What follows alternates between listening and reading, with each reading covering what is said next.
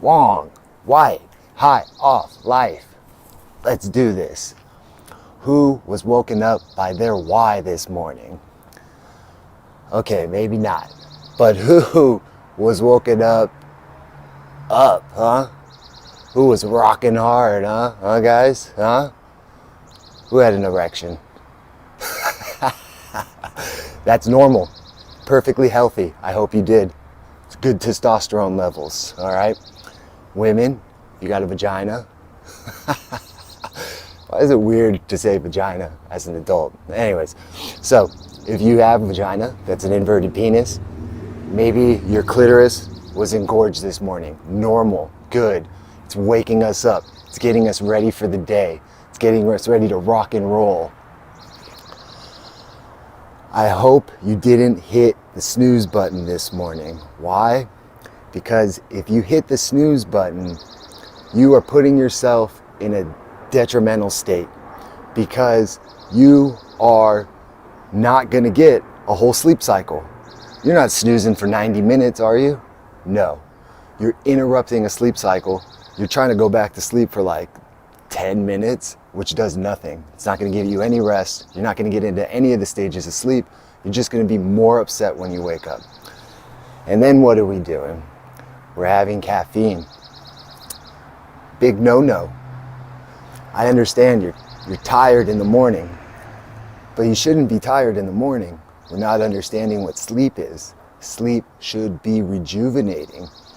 You should wake up in the morning rocking, ready to go. You should be rested. Hopefully you're getting in bed early enough. I'm going to tell you why in a second. But let's go back to this caffeine, because this is a detrimental pattern of living. And I'm going to tell you why. Because every single day you get used to it. Because you're not allowing your normal cycles of sleep to go on either. How? Why? Because you let me know if this sounds familiar. So you get your cup of coffee in the morning, right? And then though, you're going about your day, and now you're getting around 3 o'clock maybe, 2, 3 o'clock after lunch, right? And you're getting tired. And guess what? What do? You go, you grab a Red Bull, a Monster, another coffee. If you get 200 milligrams of coffee in your system at 3 o'clock, it has a half-life of 8 hours. So that means at midnight, you have 100 milligrams of coffee in your system. Maybe you're thinking, well, what's that matter? I'm in bed before midnight. I'm in bed at 11:45. Okay, what's happening though is it's messing with your nervous system. I know you passed out and you went to sleep. The thing is though, it didn't allow you to go through all the stages of sleep. And if you don't go through stage 1, 2, 3, 4, if you don't go through all these stages of sleep, you don't feel good the next morning, because you need all these stages of sleep to clear out junk in your brain, to consolidate memories, the things that you've learned. You need this. You need it to set your hormones up correctly. Here's something. So, when you wake up in the morning, you should have a cortisol rush in the morning. That's good. We've heard of cortisol before. Usually it's a bad guy, right? But you want it high in the morning. And then at night, you want it to dip. A crazy thing, insomniacs, they're actually having a rise in cortisol at night. And this is all super related too. Because what's happening also, so for insomniacs, or any of you out there that are even getting one bad night of sleep, one night of sleep under 6 hours will mess you up. Your cortisol is going to be spiking the next day at irregular times. You're going to have this real messed up hormone too called ghrelin. It's actually going to make you search for as many comforting fatty foods as you can. Think about the human animal. I'm going to ask you that so many times, because the way we live today, it's weird. We live in a society that nobody lived in prior. We can artificially keep ourselves up with a light as bright to our bodies as the sun. We have our tablet, we have our phone, we have the TV screen, right? We got all this stuff going on, right? And it's dark outside, yet we're telling our body that, hey, no, it's light and we want to be up. Think about this. The body, think about first of all, Homo sapiens. Who we are as human beings have been around for almost 300,000 years, okay? 300,000 years. Most of that time, what? So 4 generations now we've had artificial light, if that, where we've been able to stay up late. And actually, I don't even think it's that, because the flame, a fire, being up by a fire is not the same as being up by the TV. A fire looks very bright, but because of the irregularity of a fire, and because again we've evolved with fire, we can sleep with fire. It's tough to sleep with the TV, and I get it. You're saying I pass out to the TV every night. Well, that's not good. You don't want these interruptions in your sleep cycles, and I get you don't get it. You're thinking you slept, but again, if you're not rejuvenated in the morning, then you didn't get a good night's sleep. That's what sleep is for. You should feel good, ready to go. So again, this caffeine messes with our sleep cycles. It doesn't allow us to get into all of them. Our hormones get out of whack. We're going to be more hungry the next day. Our fear center, the amygdala, is more active. Our sympathetic nervous system, which is also the nervous system of some fighting or some flying, that also is more active. And it makes sense. Let's imagine.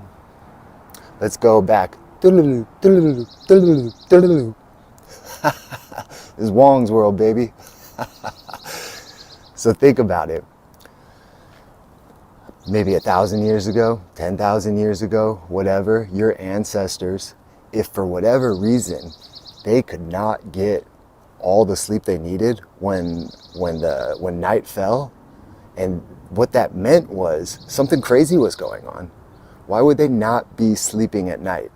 Our ancestors had established places where they lived, or they went and they hunted and they gathered, but they knew that as night fell, they were sleeping. Here's a crazy thing. Midnight, called as such because of the middle of the night. Think about how at some parts of the world, we're getting dark at 6, people are starting to sleep at that dark signal. Because again, we evolved everywhere on your body has receptors for that UVB light from the sun. So as soon as some of that sun trickles in through, as soon as some of that sun trickles in through your bedroom, bam, we're up. Because it doesn't matter that we don't see it. You could have these things on, it's your skin that sees it. It's noticing it and it's going, yeah. And then on the flip side, as nightfall is coming, it's sensing that there's less of it. And now the cortisol is dropping and our melatonin, another hormone, is getting high. And don't think that, hey, you know what? Okay, I need more melatonin in my system. I'm just going to consume melatonin. What happens if you consume testosterone? Steroids, right? Your manhood shrinks up. Why? Because your body's like, whoa, this is way more than we need. I don't need to produce it myself. So you don't want to get, why am I missing on the word? What the word, you know the word. You don't want to get hooked on hormones. You want to get hooked on boosting your own hormone levels naturally. So you don't want to be all hungry. You don't want to be all scared every day. You don't want to be in this sympathetic state. But again, our ancestors, what that meant, if for whatever reason they were getting a bad night of sleep, it probably was because some crazy shit was going on. So their brain, their amygdala, their fear center was hyperactivated. They were pushed into a sympathetic state because maybe, you seen Apocalypto? Maybe that tribe was coming and they were messing them up in the night, and it was like, oh shit, we gotta just take off and run, you know? So now, of course, oh my God, everything is crazy. Now, of course, like, I need to eat as much fatty survival food as possible because I don't know when we're gonna sleep. The body's like, I don't know when we're gonna be safe. Get your sleep. I get it. You think you can't operate without this coffee right now. The thing is, just think to yourself, please, just think to yourself how often you're having it, how dependent you are on it. Think about how much more you need every single day just to keep it going. And if you're young, if you're in your late 30s, 40s, 50s, you're young, baby, okay? I understand that in this society, we have all of these pains associated with late 30s, especially into our 40s and 50s. Oh my gosh, right? Here's something else. These pain centers, your pain tolerance is lowered. My bad. Yes, lowered. Wait, is that right? You will feel more pain with less sleep. That's what I'm trying to say, all right? Sleep is super important. We're gonna talk so many elements of health. I'm gonna try to bring this to a larger picture too, so that we understand as human beings why this stuff's important, okay? I get it, you got goals. I get it, you want a great retirement. I get it, you wanna make money, you wanna accumulate things, you wanna be balling. Who doesn't? It's cool, all right? I want you to too. Here's the thing, if you don't treat yourself properly, once you get to those ages where you can retire, where you can enjoy all your work, you won't have the mobility. You won't have the mental capacity. Our brains shrink too with less sleep. Straight facts right here. I'm not lying. Matthew Walker, Sean Stevenson. Check out Impact Theory. You want to watch hours of podcasts? Go for it. Or like, subscribe, stay here, turn on the notifications. We're going to be letting out all kinds of elements of health here in Wong lands. I'm going to try to give you all that I know so that you rise to your potential as a human being, okay? So that you understand how your body is sabotaging you, or how maybe you're not giving your body the things it needs, okay? Be loved, everybody. Be loved. Like, subscribe, please. We're gonna have a lot of videos. We're gonna have a lot of fun. Check me out on Instagram. That W.A.T.E.R podcast, that Wong, amazing talk for everyone to remember, where conversation flows and illusions crash.